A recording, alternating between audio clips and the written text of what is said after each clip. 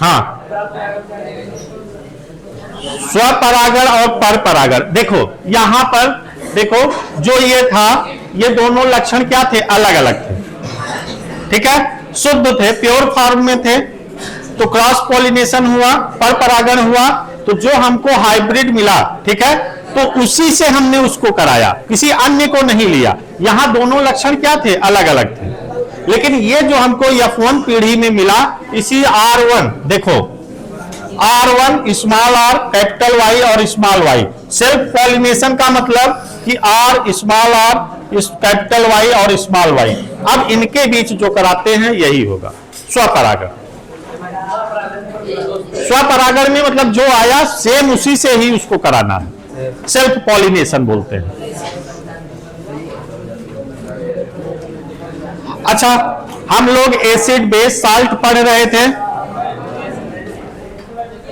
एक क्वेश्चन है कि अगर हम लोग किसी अम्ल क्षार का अगर पीएच पेपर से ज्ञात करना चाहें, ठीक है, तो पीएच स्केल जो होता है उसको हम कैसे ज्ञात करेंगे? सोचिए।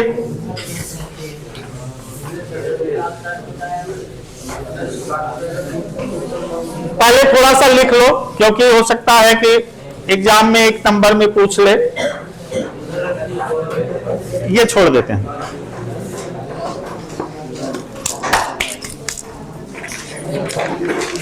लिखो पीएच। पीएच क्या होता है?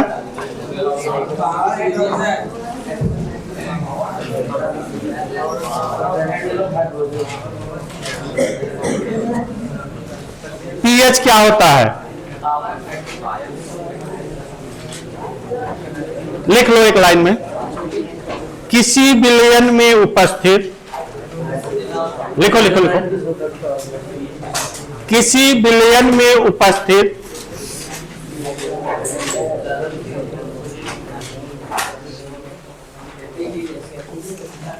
हाइड्रोजन आयन की सांद्रता का, किसी विलयन में उपस्थित हाइड्रोजन आयन की सांद्रता का माप होता है।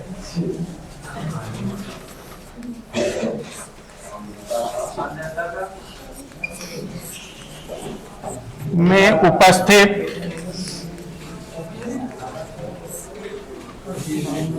हाइड्रोजन आयन की सांद्रता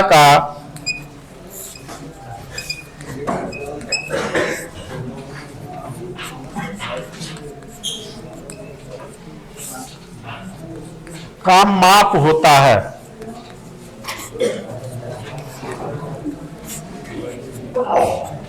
इसकी खोज सोरेनसन ने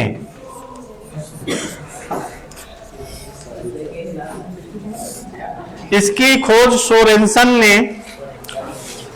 1909 ईस्वी में किया था।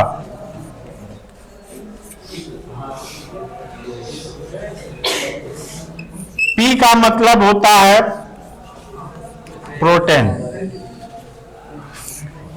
जहां पर पीएच में पी का मतलब है प्रोटेन, प्रोटेंज।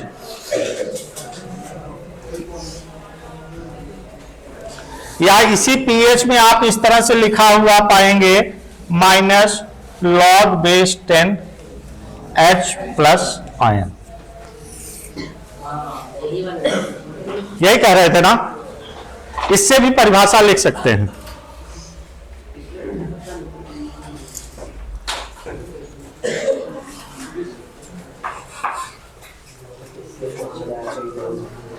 अब मेरा प्रश्न यह है कि मान लो एक पीएच पेपर है, ठीक है, और पीएच पेपर हमारा एसिड बेस की जांच के लिए हम उपयोग करते हैं, पीएच स्केल का उपयोग करते हैं एसिड बेस की जांच करने के लिए।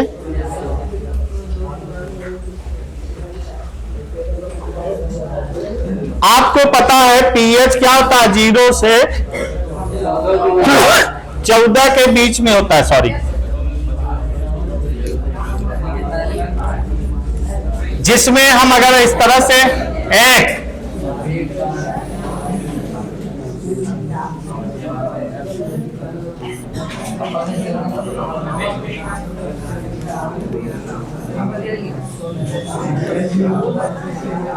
चलो पीछे से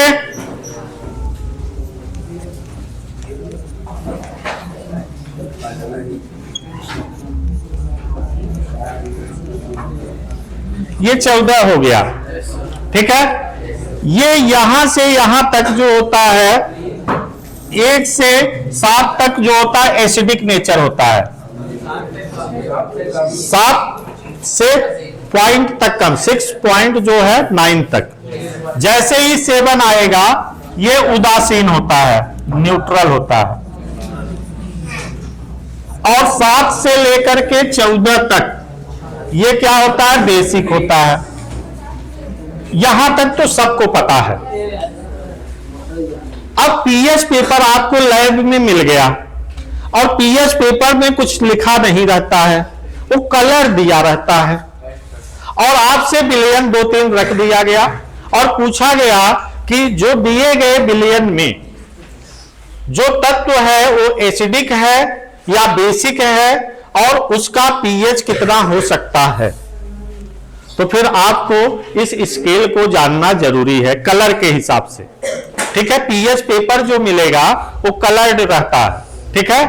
तो उसको हमने एक फार्मूला बनाया है, उस फार्मूले से आप याद रख सकते हैं। अच्छा, लाइट के कितने कलर होते हैं? 7। कौन कौन से?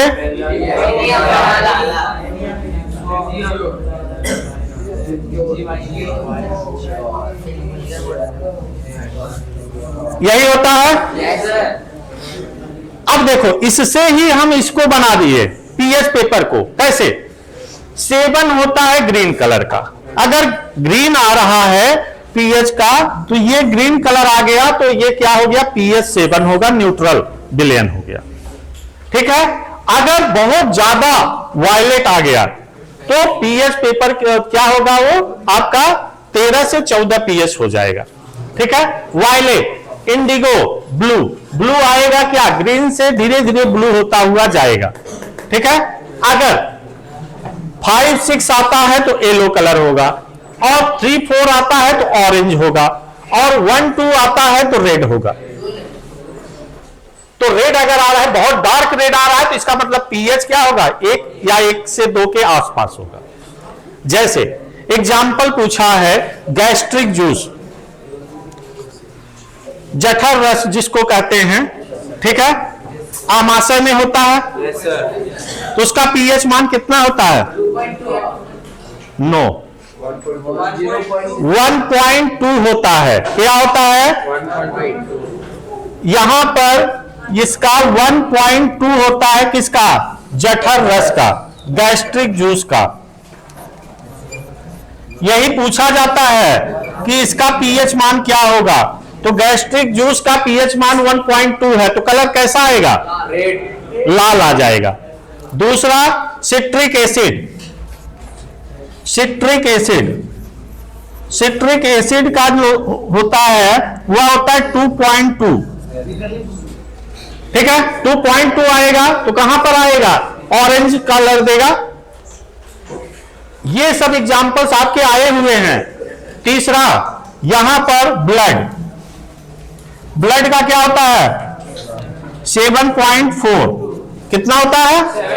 7.4। तो किसमें आएगा? ग्रीन, हल्का सा ग्रीन से कलर क्या होगा, या जल का भी।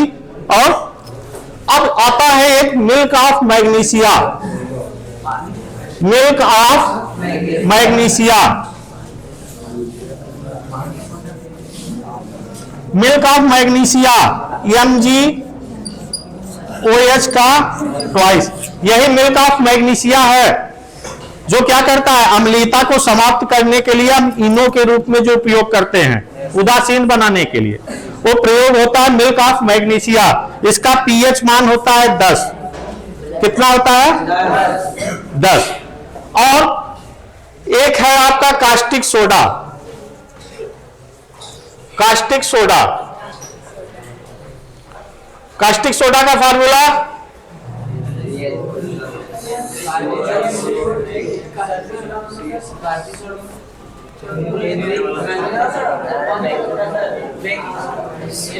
बेकिंग सोडा अलग है, कास्टिक सोडा अलग है।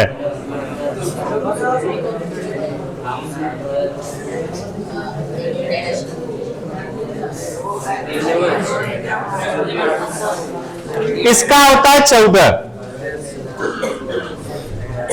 कितना होता है 14।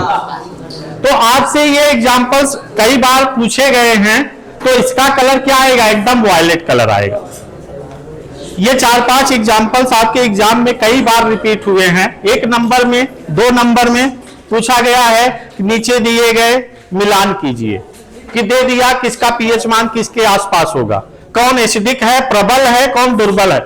यहां से हम बता सकते हैं कि प्रबल अम्ल कौन सा है, ये जो गैस्ट्रिक है इसमें कौन सा अम्ल होता है, ये Cl होता है,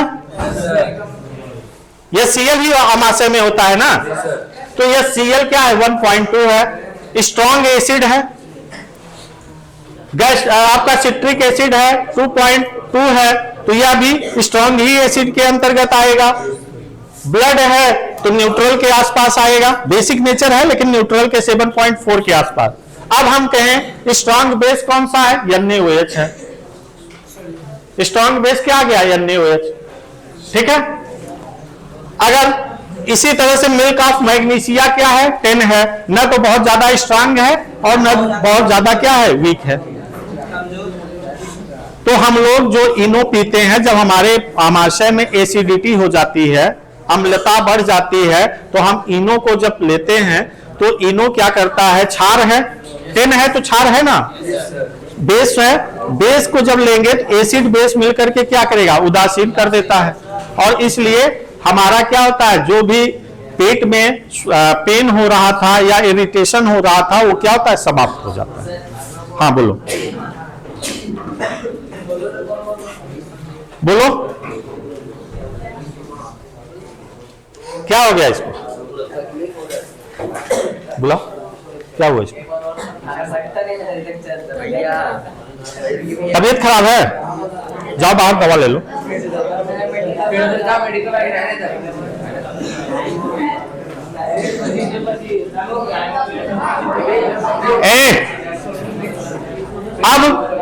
अब हमारा इस चैप्टर्स में केवल कुछ कंपाउंड्स को पढ़ना है, ठीक है, जिसमें आपका क्लोर क्षार रिएक्शन पढ़ना है, ठीक है, सोडियम बाइकार्बोनेट पढ़ना है, NaSCO3 पढ़ना है, सोडियम कार्बोनेट Na2CO3 पढ़ना है, ब्लीचिंग पाउडर CaOCl2, ठीक है।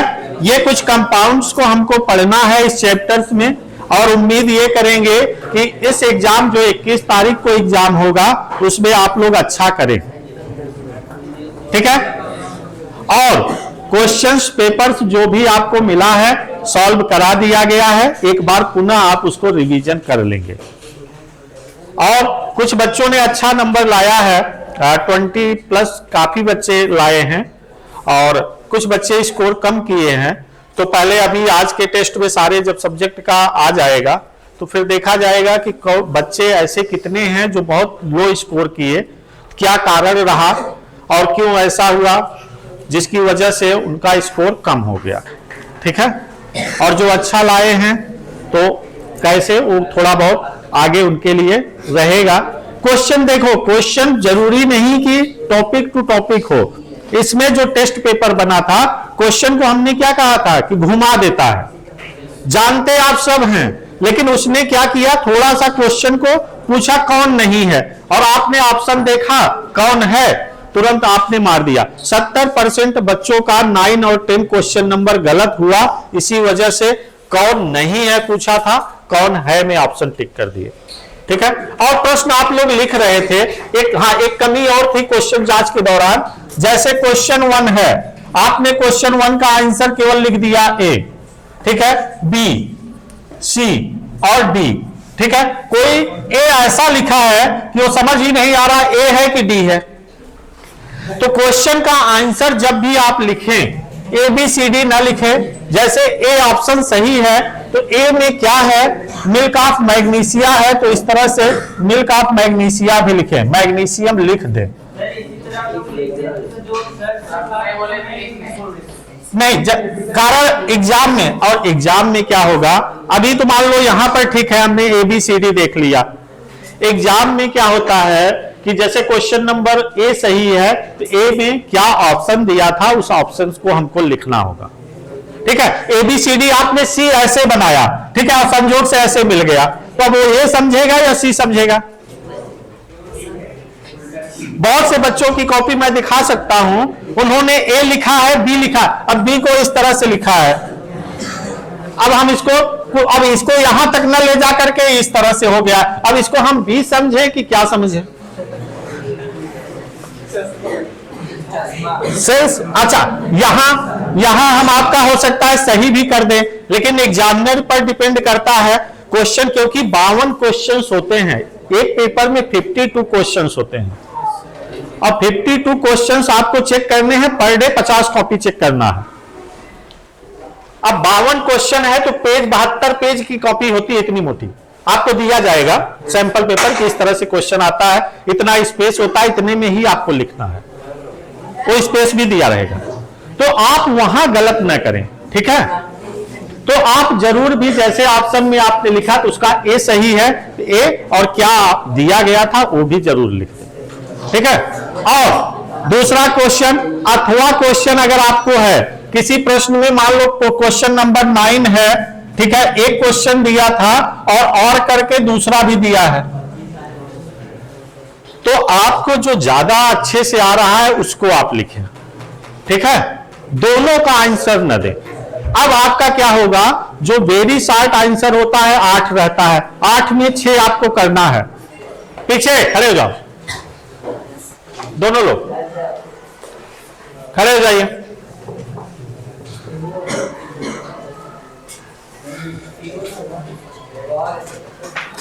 क्या हो रहा था?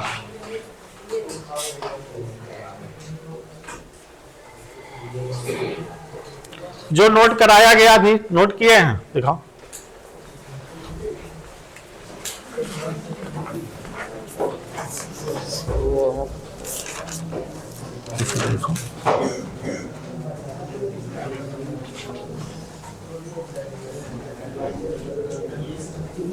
हमने इतना ही लिखा है। ये पीएच पेपर जो स्केल बनाया वो कहां पर बनाया?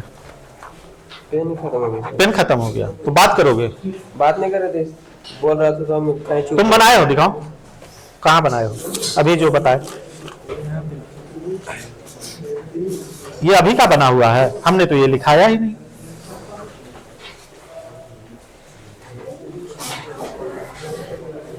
हमने लिखाया है ये चीज। बैठो, तुम दोनों का भी नाम देते हैं। इनके द्वारा पीएच क्या है इसके बारे में कुछ नहीं लिखा गया, ऐसे छोड़ दिया गया है, बात कर रहे हैं।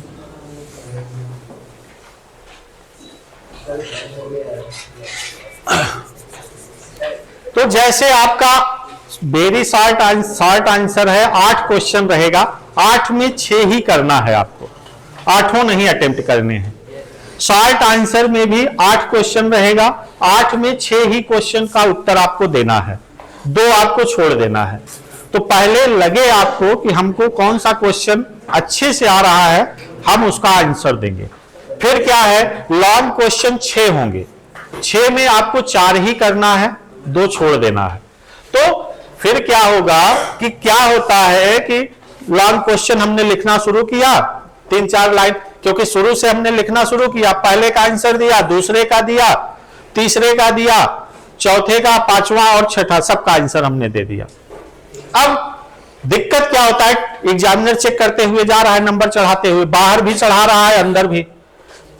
क्वेश्चन नंबर 6 था लॉन्ग में, उसने पहले में मान लो 5 नंबर का है, 3 नंबर दिया, दूसरे में 4 नंबर दिया, तीसरे में आपका 5 में 5 मिल गया, चौथे में 5 में 5 मिल गया, छठा में भी आपका 5 में 5 है। अब वो क्या करेगा, क्योंकि ऑलरेडी वो पहले में चढ़ा चुका है 3 नंबर, दूसरे में चढ़ा चुका है 4 नंबर, और कितने का, 4 का ही आपको देना था।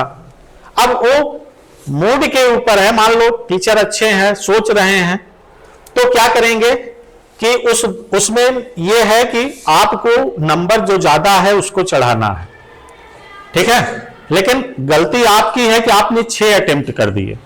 अगर गलत हो भी जाता है तो आप काट दीजिए, तो कम से कम उसको चेक नहीं करेगा। एग्जामिनर चेक करके नंबर चढ़ा दिया, चढ़ाने के बाद देख रहा है करे ये तो 6 का चढ़ गया, फिर वो 2 काटेगा, और उसने लास्ट का 2 काट दिया तो आपको 5-5 नंबर का क्वेश्चन क्या हो गया, कट गया, क्योंकि चढ़ाना तो 4 का ही था, उसने 4 ऑलरेडी सबमिट कर चुका है।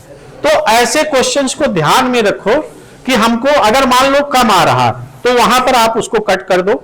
ऐसा नहीं कि उसको इतना काट दो कि वो पता ही न चले, ऐसा भी नहीं, सीधे काट करके चेंज कर दोगे तो वो वहां पर चेक नहीं करेंगे, बाहर नंबर को सबमिट नहीं करेंगे। आप लोग भी कुछ क्वेश्चंस ऐसा किए हैं और हमने वहां पर लिख दिया एक्स्ट्रा, तो कॉपी में भी जो क्वेश्चन का आंसर अगर बच्चे ने दिया है तो देखो जब बॉक्स इस तरह से बना रहता है क्वेश्चन का, मान लो 50 है, 51 है, 52 है, 53 है, ये क्वेश्चन का पैटर्न होता है नंबर चढ़ाने का।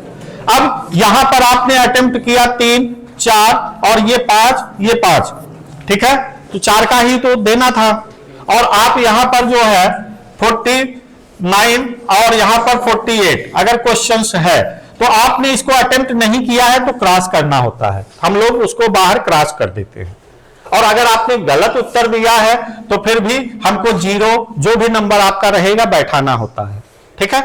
तो इस चीजों को कभी कभी एग्जामिनर, क्योंकि माइंड सेट क्या है, क्या करना चाहते हैं, तो अगर आपने अटेम्प्ट नहीं किया है तो क्रॉस करेंगे, 4 का नंबर चढ़ा करके जोड़ के लिख देंगे। लेकिन आपने इसको भी सॉल्व कर दिया, इसको भी कर दिया, इसको कर दिया, अब उसने 4 दिया है, किसी में 3 दिया है, किसी में 2 दिया है, तो सबको कैलकुलेट करना पड़ेगा फिर से। तो एग्जामिनर कभी कभी ऐसा करते हैं, तो इस गलती को अगर आपको टॉपर्स बनना है तो बचना है, जो नहीं आ रहा सीधे छोड़ दो, या कर दिए तो आप उसको कट कर दो, तो यहां पर जब कट मार दोगे तो 0 नंबर बढ़ा करके आगे बढ़ जाएगा। क्लियर है कॉन्सेप्ट? क्वेश्चंस को इसी तरह से हल करना है। अब कल हम लोग लाइफ प्रोसेस पढ़ेंगे, जैव प्रक्रम, उस टॉपिक को कवर करेंगे। जैव प्रक्रम को क्वेश्चंस बहुत ज्यादा आते हैं, ठीक है।